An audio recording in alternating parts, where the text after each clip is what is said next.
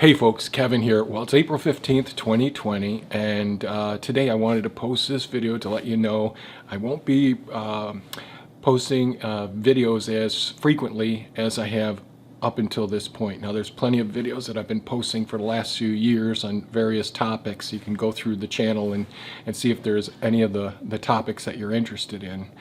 And the reason that I'm doing this is because I believe that I have the infectious disease that everyone around the globe is worried about with this pandemic.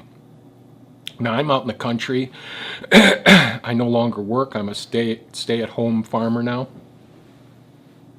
But my wife, about 3 weeks ago, she came down with a fever and slept for 2 days straight, and she recovered pretty well. Now, she's one of those essential workers, in veterinary medicine, and since that time, they've really been stringent in New York State about maintaining social distance. The doctors don't actually see the clients themselves. They're in the parking lot. They communicate via the phone, give the pertinent history and relevant information, and then one of the support staff goes out all downed up and set, takes the pet inside, and then the doctor reviews everything and decides what needs to be done. So they're trying to do things as well as possible. So I suspect that's how I got this infection. Now, is it possible that I don't have this virus? I could have the flu. I could have Lyme disease. I've had Lyme disease before.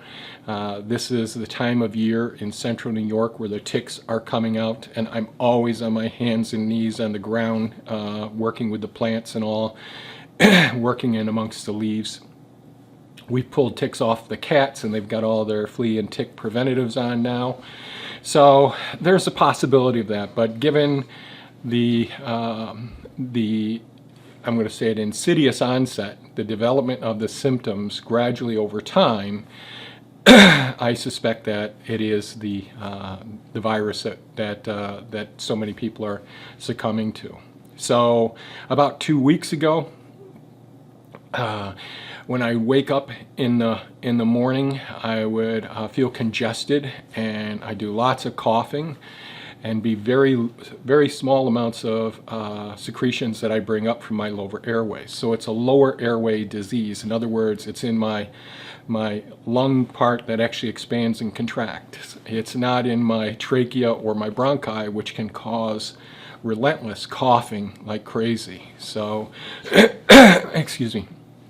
So I suspect that that this is that virus, since the prevalence is pretty high here in New York now, and the way that this progressed over time. And I thought I'd share this with you just in case you're interested in how this has progressed to someone here who's outdoor all the time in good physical health. And so I thought I'd share that. So about over the last 2 weeks, I've had gradual decreased energy. In other words, I really wasn't super lethargic. I was somewhat lethargic at the end of the day.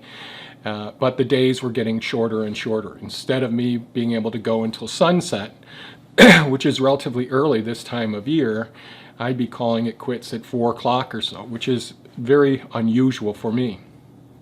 I love being outside, and usually I don't get so fatigued. And I've been getting fatigued over the last couple of weeks.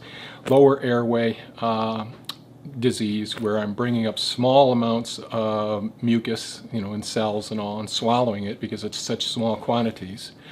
And then I started getting headaches about a week ago, and so I took non-steroidal anti-inflammatory drugs to help with the headaches, so I could just function, because the headaches were pretty darn severe. And usually I don't take any non-steroidal anti-inflammatory drugs, but I decided to do that because it just facilitated me being able to focus on what I was doing at the time.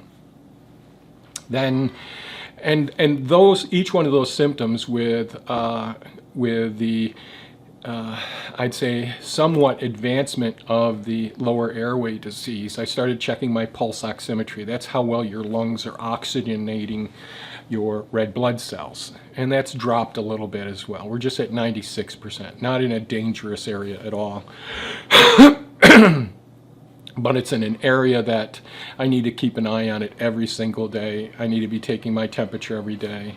Yesterday afternoon was the first time I spiked a temperature, and I'd say significant myalgia, achy muscles, achy bones, achy back, tremendous headaches, those sorts of things. And so that's what I've experienced thus far. And I think it's real important to say what I'm doing about this at this point, since testing really isn't available unless they're going to admit you to the hospital here. There's no way I'm going to go and get admitted to the hospital with this severity of clinical signs. So I need to continue monitoring my temperature, continue monitoring my pulse oximetry. That's that little finger pulse ox reader. I'll put a link in the description below if anyone's interested in that. When we get down below 94% saturation, then it's time to start getting concerned. If you're down into the 80s, yeah, you need to have medical intervention at that point. Sometimes it's just nasal O2 or whatever.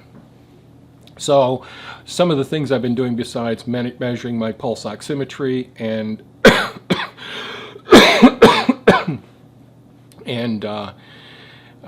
taking my temperature is I'm forcing myself, although I hate this. I've got the chills, I'm cold all the time, my feet and legs are ice cold, my hands are cold, so my circulation is decreased. So one is really maintaining hydration. Drink, drink, drink all day long. I'm trying to maintain my hydration. Another thing is that I try to not stay in a dependent position. So in other words, not laying flat on my back and just riding it out in bed.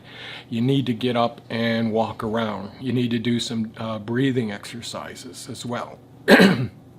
So those are things that I've been doing. So when I start walking around, excuse me, as soon as I walk down the staircase, that starts to loosen things up or make it more mobile from areas that were depending on what position I was laying in. Because a lot of the times I just want to lay still and go to sleep. But being able to get up, do some breathing exercises, move around and all, that helps to bring up some of the cells and the proteins, the inflammatory cells down in the lower airways up to an area where I can cough and expectorate, bring that material up and out. That's kind of important to do, because if we lay dependent for long periods of time, we get consolidation of the lung lobes. In other words, the alveoli, those air exchange sacs, get filled up with cells and fluids, thick fluids usually, inflammatory cells and proteins, and that part of the lung becomes non-functional. It doesn't mean that it won't be recoverable, but it becomes non-functional. The longer that areas within your lungs are non-functional, it's potential that you could have scarring in your lungs as well. So regular exercise, whether I like it or not, I don't like it, getting up and getting outside, like I just walked over here just now to walk around some and just make this quick video. So that's where we're at right now.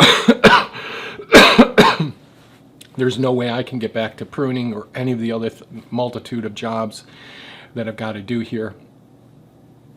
Thea goes back to work tomorrow. She has a short week nowadays and all. So I hope everyone's holding their own and all. One of the reasons I wanted to share with you, I'm in that older age group, people greater than 50, greater than 60 and so on. We're more susceptible to this being an issue, especially if we aren't paying close attention to our health. So really eating the best that you can eat is going to help to prevent this. Losing weight at this point, certainly wearing masks when you're out, practicing social distancing, do the right things for yourself as well, because I'm a pretty healthy guy and this baby's kicking my butt somewhat. I hate feeling this bad. So if you have any comments or questions, please leave them below. Excuse me, and if I feel up to it and there are questions about how things progress from here, I'd be happy to share that with you as well. I'm just not going to be posting